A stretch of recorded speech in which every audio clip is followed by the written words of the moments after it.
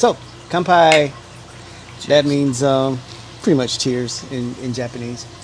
You're gonna use some English today. Whatever. Um, so, what I have here is a chai for my tea time in Braxton. What do you have in your cup? Some of that good old H2O ski. Okay, some water. Yeah. Let me get one more.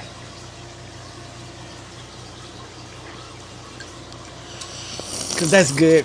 You know, whenever I have chai, I have my chai together cup, which is a community of pretty much some good people. All right. So, today I was thinking about wisdom. As I'm sitting in my thinking chair thinking about the things I think about, I was thinking about wisdom and how we need to really call upon God for godly wisdom in situations. When you think big, Right. when you think big and you think according to your vision, we find ourselves in the situations where we don't know what's beyond what's in front of us.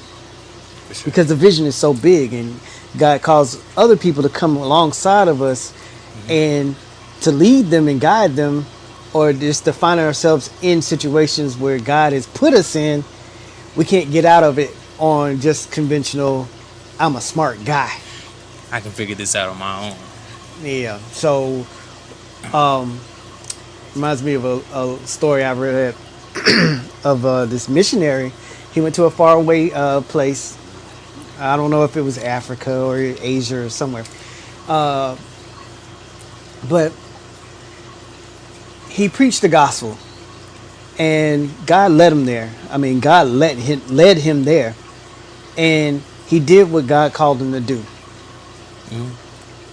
So he's preaching and he's preaching and he's preaching, and he's preaching to this village, and this village is the chief is like, I understand, and he felt good about it.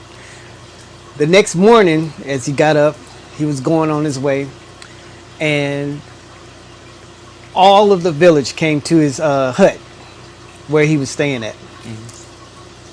And the village chief was like, I want to give my life to Christ. We all want to give our lives to Christ.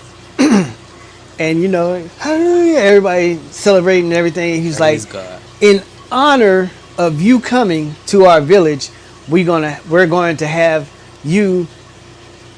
We're going to set up the feast of the flying fox for you. Ain't never heard And no flying fox. you know, everybody's like, oh, it's a really, really big deal. That's an honor. You know, nobody gets the feast of the flying fox. So he's like, oh, that's awesome.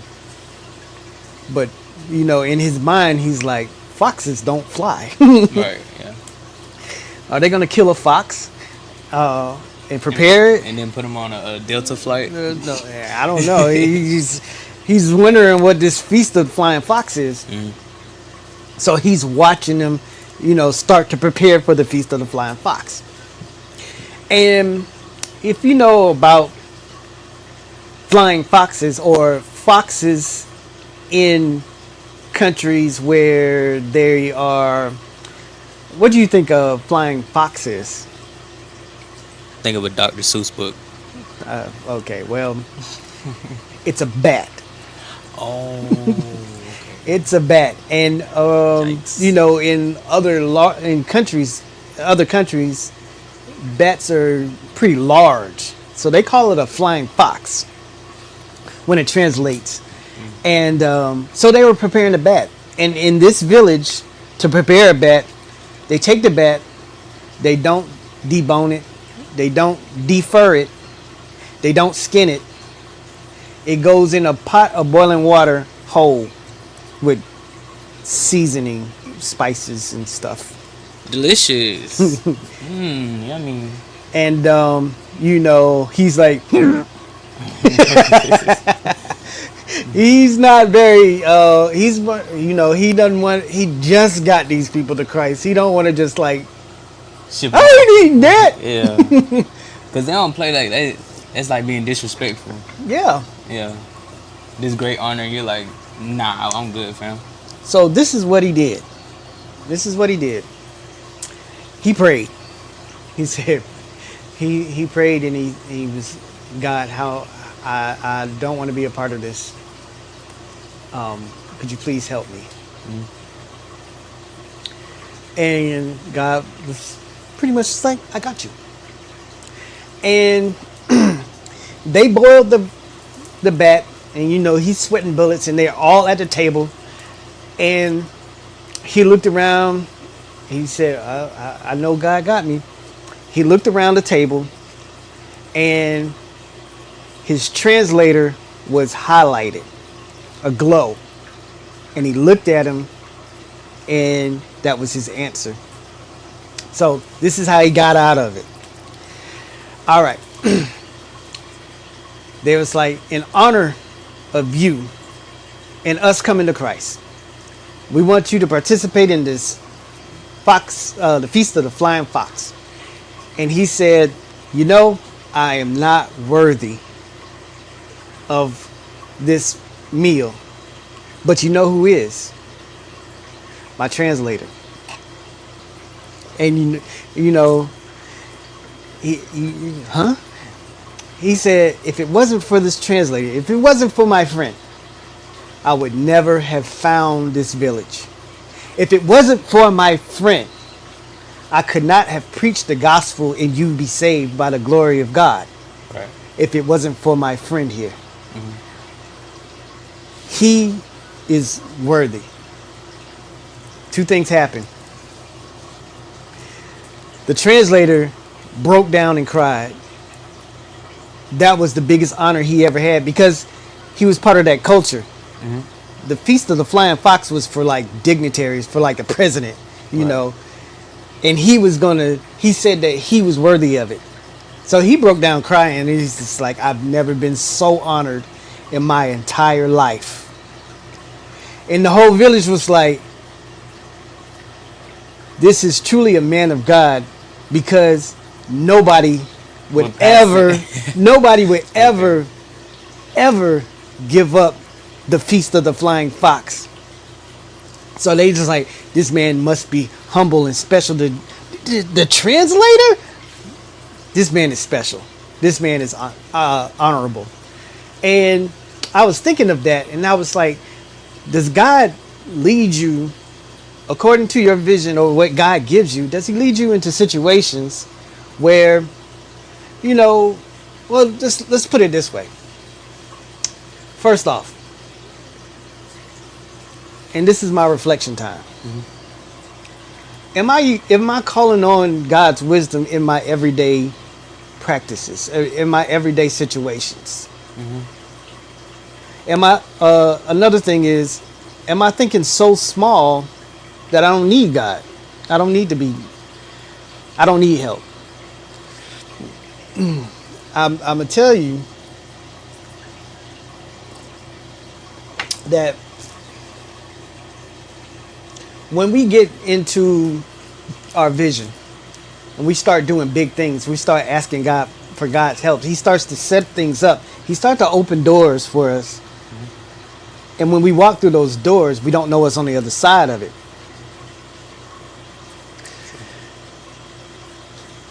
It could be scary, but if you know who's leading you through the door, it's not scary. I'm not saying it's a walk in the park, but it's not scary. I was thinking about this too. I read another story about a door, and a guy who had cancer was talking to the doctor, and he was like, "Doc, I fear death. Can you ease this fear by telling me what's on the other side of death?" And the doctor was like, "I don't know." Go figure. Never tried Never it. tried it. So he started going off. He was like, "How you call yourself a Christian and you can't tell me about what's on the other side of death?" And like I said, I don't know. But he's like, "I'm gonna tell you what." He was walking him to the door, and he opened the door, and the man's dog ran inside and jumped on him, jumped on the doctor. And he was like, I don't know what's on the other side, but you see my dog here. The dog did not know what was on the other side of this door. All he knew was that his master was on this side of the door. When I opened the door, he had no idea that all these instruments could just mess him up. He had no idea turn to a frog. who might be in here. Yeah. He didn't know anything. All he knew that his master was on the other side of the door, and when I opened the door, he ran through. So to be fearful on the other side, all he was saying that I don't really fear the other side. All I know is that my master is on the other side, and on the other side, that's all that matters. So, as we're thinking throughout this week, of all the things God is setting up for us and leading us through, what do I mean, really ask for wisdom? So, our thinking is so finite, and we do things on our own, saying, I'm gonna do this, I'm gonna do that, I'm gonna do this. And when we get ourselves into situations, we try to figure it out. If we're being led, some things God sets us up for, we can't figure out on our own. So we have to call on that wisdom, and as that wisdom comes through, it benefits everybody. If you look at the story of the Feast of the Flying Fox, everybody benefited. That's God. So, thinking about your reflection and my reflection throughout this week, like I said, I want you to really sit down and think. I actually have a quick question. Go ahead. So, when would you use your own God-given intellect in situations versus just going directly to using His wisdom? Because He did give it to us for a reason, so I feel like we should utilize it to some extent while relying on God solely as well. Well, you just answered your own question then. What you mean? If you I'm saying, like, He gave it to us to use, so where's that line between us using our own and then us using His? well, this is my opinion. If I'm thinking, if you think about things, say God gave me a vision to do something, and I take that vision and I run with it. Say like Abraham, God said, you're going to have many kids. Abraham said, right. I said, bet. You know what? Where's she at? Come here. So when it didn't really start working out as soon as God said it, or as soon as it wasn't going fast enough for him, he used his own intellect, and he said, well, he listened to Sarah. Sarah said, once you, maybe if you sleep with the maid, that'll be our kid. And he's like, okay. When we start going day to day, and I'm saying God gave me, I'm smart. Like I said, I'm smart. There's a difference between saying I'm using what God gave me and actually leaning on God every day. So you asking, when should we use our own?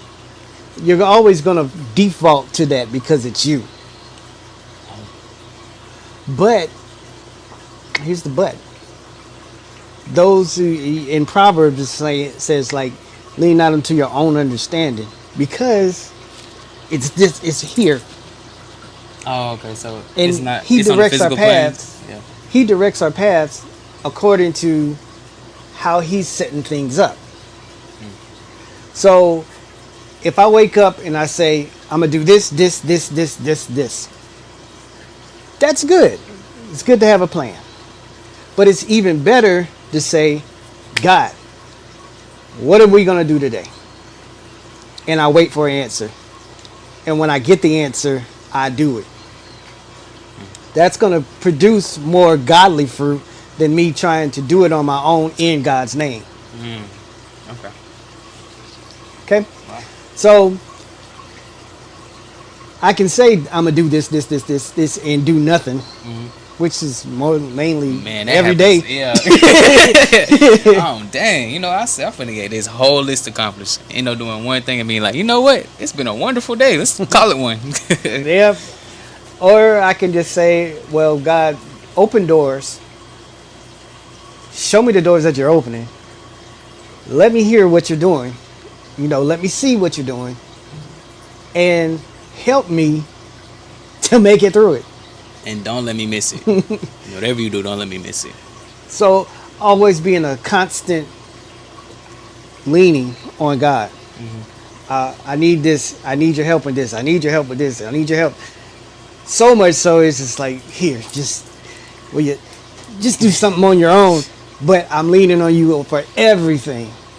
That way, those open doors, just that wisdom, when a situation comes up, you could have handled it on your own, maybe, and maybe you will. But there's some situations that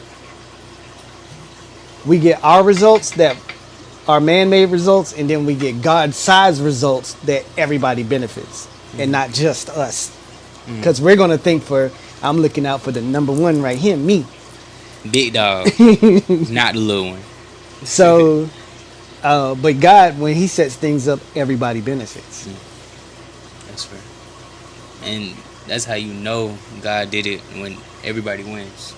Yeah, especially because you wouldn't have did it you wouldn't have set it up for everybody. It would have been a nice gesture. But most people don't think along those lines where everybody benefits. Right. That's some real boss mentality though. Like, you know what? I run this, so I'm gonna make sure everybody good. Like that's big G right there. Yep. You can appreciate that for sure.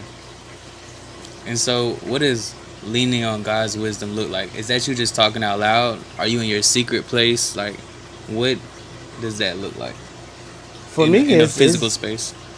For me, I talk out loud. I don't care. Hey, they see this man walking down the street. They like, oh, Jeff, it must have been that chai tea that got him going like that. I say that because,